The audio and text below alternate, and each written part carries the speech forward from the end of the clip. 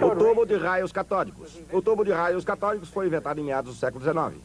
Mais tarde, se transformaria naturalmente no moderno tubo de televisão.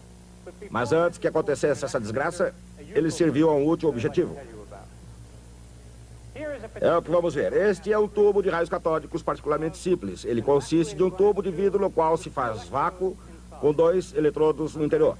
Agora vou aplicar 20.000 volts nesses 2 eletrodos. Antes, vou apagar as luzes para que possam ver o que acontece. Bem, como podem ver, seu interior é fulgurante. Também podemos observar que essa cruz de malta projeta uma sombra na extremidade. A cruz de malta é o eletrodo positivo. Observem como posso movimentar facilmente a sombra de um lado para outro, simplesmente aproximando um ímã como esse.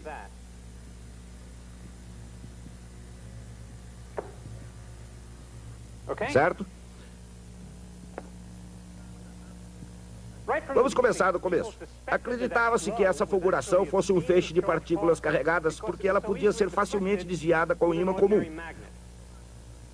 Mas para provar que isso era verdade, seria preciso desviá-lo com um campo elétrico. Por alguma razão desconhecida, isso não funcionou. Foi então que apareceu um cientista britânico chamado J.J. Thomson.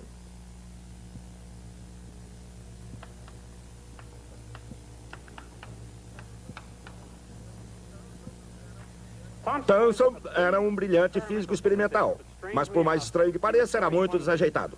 De fato, segundo a lenda, ele quebrava todo o tubo de raios catódicos em que punha as mãos. Essa é uma réplica de um dos tubos de Thomson, e como um dos tubos de Thomson também está quebrado. Thomson percebeu que porque o campo elétrico não funcionava. O vácuo no tubo não era suficiente. Ele também percebeu que a razão pela qual o vácuo não era muito bom era porque o gás aderia às paredes do tubo quando ele era fechado pelo soprador de vidro. Ele imaginou que poderia resolver o problema aquecendo o tubo na mesma hora em que ele estava sendo vedado. Assim, ele providenciou para que os tubos fossem aquecidos no momento em que eram vedados pelo soprador. Depois disso, o campo elétrico desviava o feixe.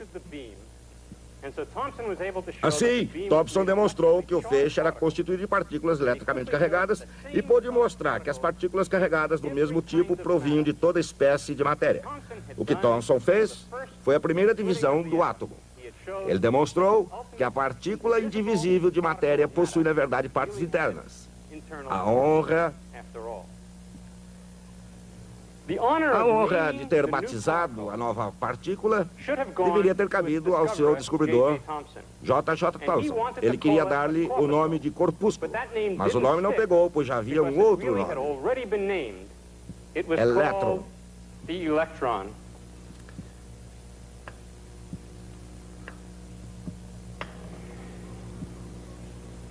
Assim, J.J. Thomson dividiu o átomo e descobriu o elétron cozinhando os seus tubos. Esse nome, elétron, deu início a uma tradição na física. A tradição de se dar a unidades individuais nomes que acabam em ONS. Assim, por exemplo, a unidade individual da luz é um fóton. A unidade do som é chamada fônon.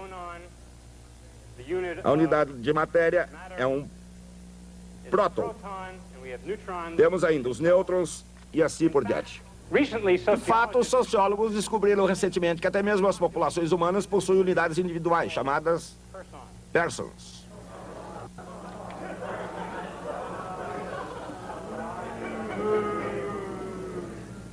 Uma vez dividido o átomo e descoberto o elétron, restava a tarefa crucial de medir a carga elétrica do elétron. Esse trabalho foi feito em uma das experiências clássicas da física, pelo grande experimentalista americano Robert Andrews Millikan. Um pequeno recipiente de óleo. Uma panela de ferro resistente. Energia suficiente. Uma pitada de disciplina. Um pouco de criatividade. E talvez um toque de genialidade. Esses foram os ingredientes essenciais na receita experimental do físico. O cientista Robert A. Millikan. O feito a medição do valor da carga do elétron. O tempo de preparo, quase meio século. 1868. O ano em que uma jovem nação, ainda abalada pela Guerra Civil, foi unida pela ferrovia transcontinental. Nesse mesmo ano nascia Robert A. Millikan, filho de um pregador de Iowa. Ele estudou os clássicos no Oberlin College, em Ohio. Mais tarde, como não havia uma vaga para ensinar latim ou a história da Grécia Antiga, ele tornou-se instrutor de física elementar. Pareceu promissor. A Universidade de Columbia lhe concedeu uma bolsa de pesquisas em física, a qual lhe perdeu após o primeiro ano. Isso o fez duvidar, mas não desistir de sua habilidade como cientista. Voltou então ao Centro-Oeste, onde estudou com Albert A. Michelson na Universidade de Chicago.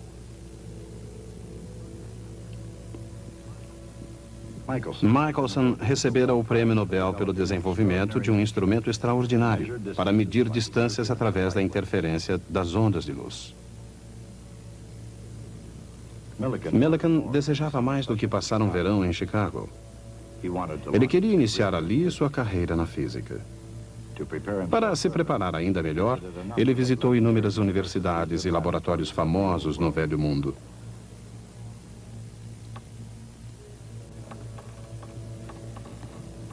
Antes que os Estados Unidos se destacassem nas ciências, a Europa era o continente que mais inspirava as descobertas científicas. Antes da Primeira Guerra Mundial, a inspiração de Millikan era moldada não apenas pelas sombras de Newton e Galileu, Kepler e Copérnico, mas pelo fato que ele poderia caminhar entre os gigantes vivos. Vivos e em sua própria época. O inglês William Hansett, descobridor do hélio, do neon, do xenônio e do criptônio, Wilhelm Röntgen, o alemão descobridor do raio-x, Guglielmo Marconi e Karl Braun, que desenvolveram o telégrafo sem fio. Assim como acontecera com Leibniz e Newton em relação ao cálculo, eles fizeram suas descobertas simultaneamente, mas não em conjunto. Albert Einstein, Max Planck e Johannes Stark trabalhavam com afinco na Alemanha. Mas as maiores influências diretas sobre Millikan parecem ter sido britânicas. J.J. Thomson e seu aluno H.A. Wilson nos laboratórios Cavendish. O elétron, o raio-x, a radiação, descobertas como essas fizeram da física uma fronteira excitante. E Millikan estava ansioso para cruzá-la. Mas Millikan era cuidadoso no seu trabalho. Mais de 10 anos ainda se passariam antes que ele começasse a deixar sua marca no mundo da física. Ele já estava com 40 anos e apenas havia acabado de se tornar professor associado da Universidade de Chicago. Mais ou menos na mesma época, Marie Curie recebia o Prêmio Nobel de Química. Ela já recebera o de Física. Ele começou a medir a carga de um elétron. A base do seu trabalho fora assentada por Thomson, também laureado com o Prêmio Nobel em 1906 por suas investigações sobre a condução de eletricidade em gases. Esse inglês brilhante havia descoberto o elétron e desenvolvido o método da câmara de névoa para medir sua carga. Essa câmara foi inventada para estudar as nuvens atmosféricas, mas nas mãos de Thomson e de seu colega H.A. Wilson, ela fugiu à sua finalidade original. Uma súbita expansão de ar, saturado com vapor d'água, forma nuvens. Quando existem partículas de poeira, nas quais possa se condensar, esse vapor supersaturado também se condensa nos íons, partículas eletricamente carregadas, criadas por um tubo de raio-x. Cada gota d'água teria a carga elétrica de um único elétron. Com essa visão, Thomson e Wilson decidiram determinar a carga média de uma gota média. O método da câmara de nuvens era muito difícil. As experiências que envolviam a medição da velocidade de queda da nuvem no campo elétrico estavam sujeitas a inúmeras incertezas. Mesmo assim, finalmente conseguiram obter uma estimativa da carga do elétron. Somente uma estimativa. mas ela estava correta em sua ordem de magnitude. Para um homem como Robert A. Millikan, era uma porta aberta para o seu talento específico, a medição precisa de quantidades físicas fundamentais. Millikan repetiu suas experiências na Universidade de Chicago. Para ionizar a nuvem gasosa na câmara, ele usou primeiro raio-x e depois pequenas quantidades de rádio. Depois tentou um campo elétrico mais poderoso na câmara. Se desse certo, ele seria suficientemente poderoso para equilibrar a força da gravidade e manter a nuvem suspensa, imóvel. Tudo isso era simples no papel, mas na prática havia um pequeno problema. Com forças elétricas tão poderosas na câmara, a nuvem de vapor d'água desaparecia rapidamente. Mas Millikan fez desse problema uma vantagem. Quando o campo elétrico era ligado, gotas individuais se mantinham visíveis. Millikan pensou então em medir as gotas individualmente e não a nuvem inteira. Se fosse possível fazer medições dessas gotas, os efeitos dos elétrons individuais poderiam ser determinados. Uma ideia brilhante, mas com um problema. A água se evapora.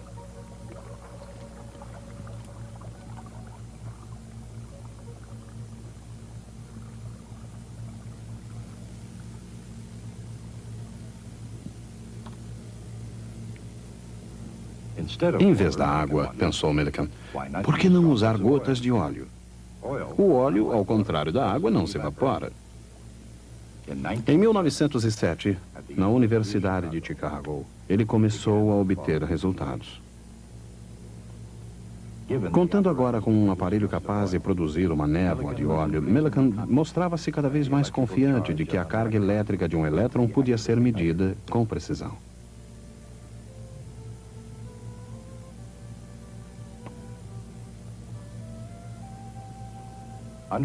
Sob sua orientação, Harvey Fletcher, um estudante da Brigham Young University, sugeriu um vaporizador.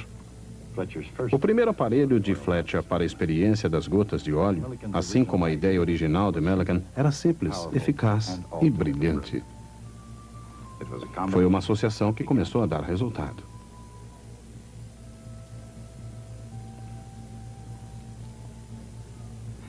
A essência da experiência é aplicar um campo elétrico a uma gota de óleo carregada com eletricidade. E, em seguida, analisar o resultado, utilizando a poderosa equação de Newton. F igual ma. A massa da gota, vezes a aceleração, é igual à soma de todas as forças que agem sobre ela. Mas que forças agem sobre uma gota de óleo em movimento de queda? A força da gravidade, é claro, e o efeito da viscosidade. Uma gota de óleo, mesmo que isso ocorra apenas num milionésimo de segundo, tem a aceleração de um corpo em queda livre. Após esse primeiro milionésimo de segundo, a gota atinge sua velocidade final. Como qualquer esfera caindo através de um fluido viscoso, ela cai com velocidade constante. A força viscosa sobre uma esfera em movimento foi calculada pelo físico inglês George Stokes e é igual a 6π vezes o raio da esfera, vezes a viscosidade do ar, vezes a velocidade da esfera. Rapidamente, a velocidade aumenta, até que a força viscosa seja suficiente para equilibrar a gravidade. Assim, ao invés de acelerar, a esfera cai em velocidade constante. Millikan precisou medir essa velocidade para descobrir o tamanho de cada gota. Mesmo com um potente telescópio, uma gota é muito pequena para ser vista. O que Millikan viu assemelhava-se a uma estrela no céu noturno. Um ponto de luz que não podia ser visto com sua forma esférica. Mas observando sua estrela se deslocar lentamente desde uma referência do seu telescópio para outra e usando a densidade conhecida do óleo, ele pôde medir o seu tamanho com precisão.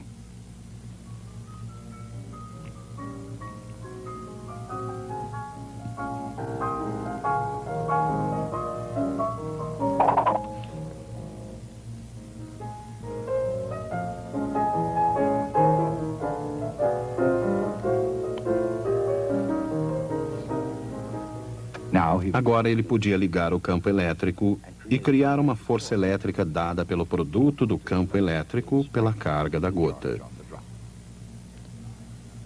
Essa era a carga que Millikan estava procurando. Seja ela devido a um único elétron ou a um pequeno número deles, ela seria um múltiplo inteiro da unidade fundamental de carga elétrica. Com a força elétrica, ele podia impulsionar a gota para cima até que ela atingisse novamente uma velocidade constante. Juntamente com a velocidade medida, com o campo desligado, a nova velocidade lhe proporcionou tudo o que necessitava para encontrar a carga.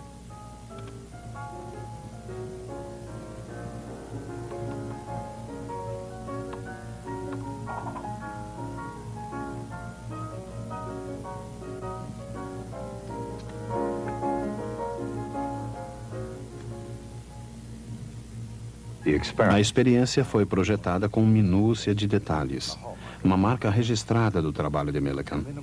Para reduzir ao mínimo a turbulência sobre as gotas de óleo que caíam entre placas paralelas, uma pesada panela de ferro foi projetada para conter e proteger as placas.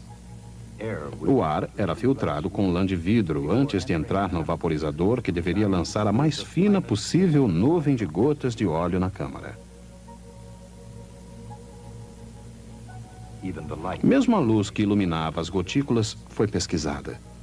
Uma solução de sulfato de cobre e um tubo de água de 1 metro de comprimento deveriam remover o excesso de calor produzido pela luz.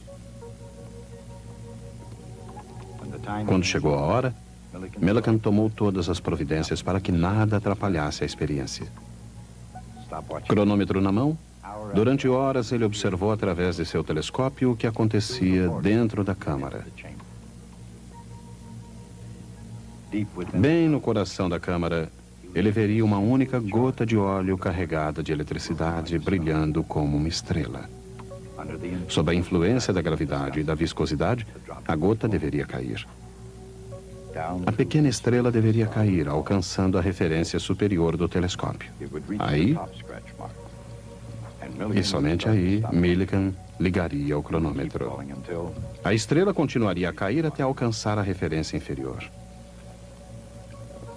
Millikan registraria o tempo de queda de cada gota. Em seguida, ligaria o campo elétrico, transformando a gota de óleo numa estrela em ascensão. Na referência inferior, ele começaria a observação da subida da gota até que ela cruzasse a linha de referência superior. Muitas e muitas vezes, ele observaria a subida e descida da gotícula. Muitas vezes observando uma única gota durante horas a fio. Centenas de medidas foram obtidas, registradas e analisadas para produzir a medição mais precisa jamais obtida da unidade fundamental de carga elétrica. Os valores finais publicados, 4,77 vezes 10 elevado à potência menos 10 em unidades eletrostáticas, apresentaram uma diferença de apenas 2% dos resultados obtidos antes da utilização de óleo na experiência.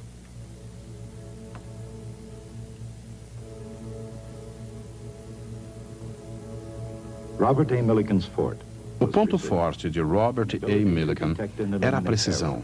Uma capacidade de detectar e eliminar erros e, com extraordinária diligência e criatividade, aperfeiçoar os instrumentos já existentes. Em pronunciamentos públicos, e foram muitos em sua vida de estadista, da comunidade acadêmica, ele usou todas as oportunidades para exaltar o método científico. A responsabilidade do cientista era fazer medições sem tendências, deixando que a natureza oferecesse as respostas. A tarefa do cientista é fazer as medições, não importa o quão penosamente, e publicar tudo o que for obtido. Determinar a significância dos dados era a tarefa dos colegas cientistas. Os colegas de Millikan compreenderam o significado do seu trabalho.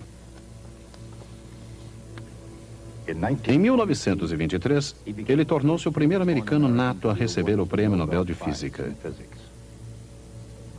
Millikan seria o diretor do Instituto de Tecnologia da Califórnia, uma instituição americana, e se tornaria ele próprio outra instituição.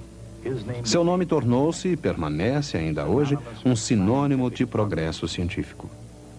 Na primeira metade do século XX, sua imagem, junto com a de Albert Einstein, era a do mais famoso físico da América do Norte.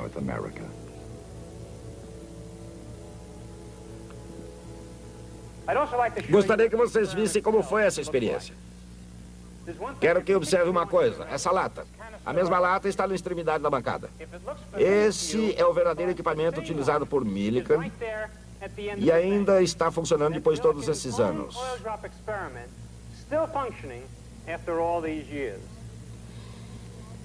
Agora tenho algo verdadeiramente extraordinário que gostaria que vissem.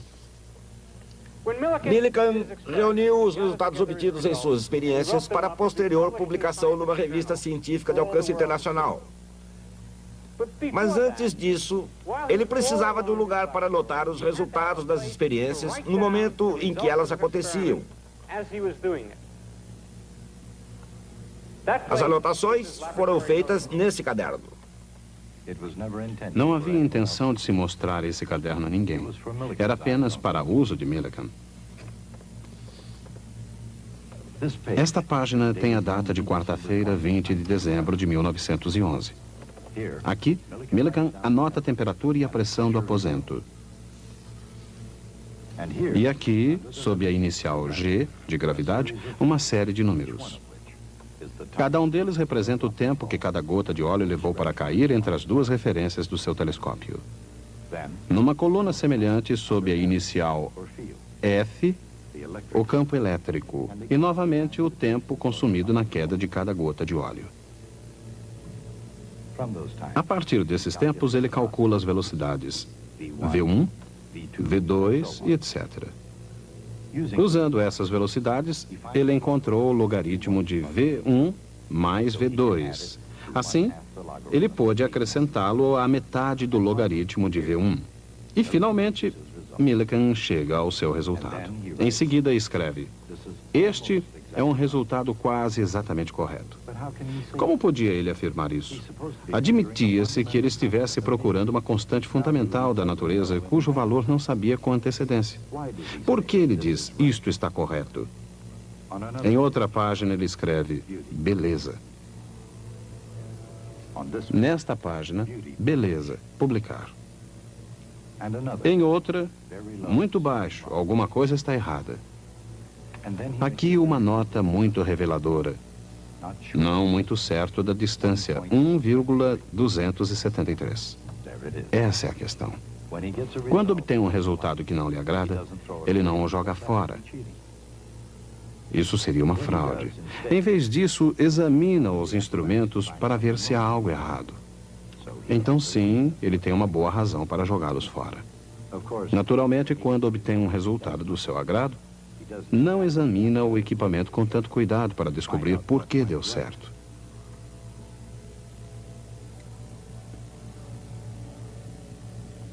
Naturalmente, isso cria uma predisposição de obter os resultados desejados. Aqui temos outra página. Melhor ainda. Beleza. Publicar. E assim, páginas e páginas.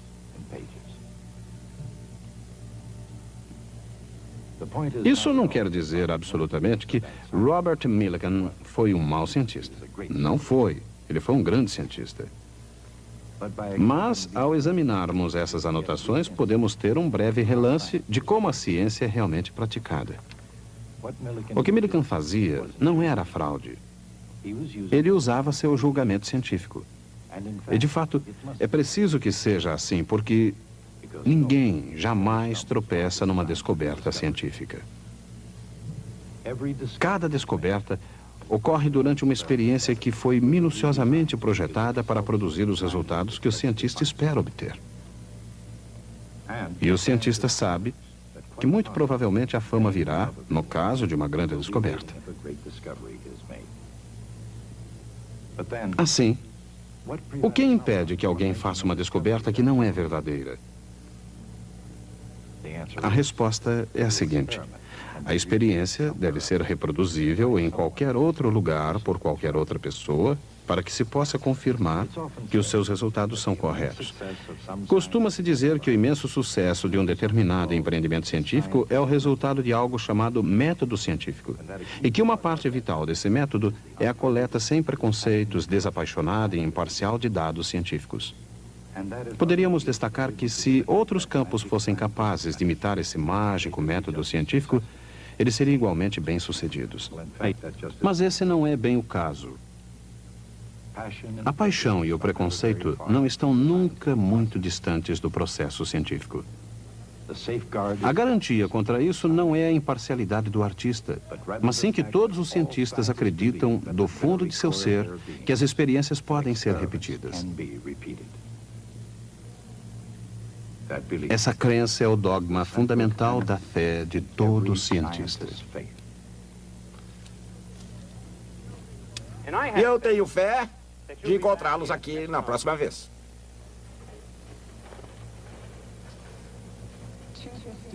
Até hoje, a experiência da gota de óleo de Robert A. Millikan permanece como uma das medições clássicas na história da física.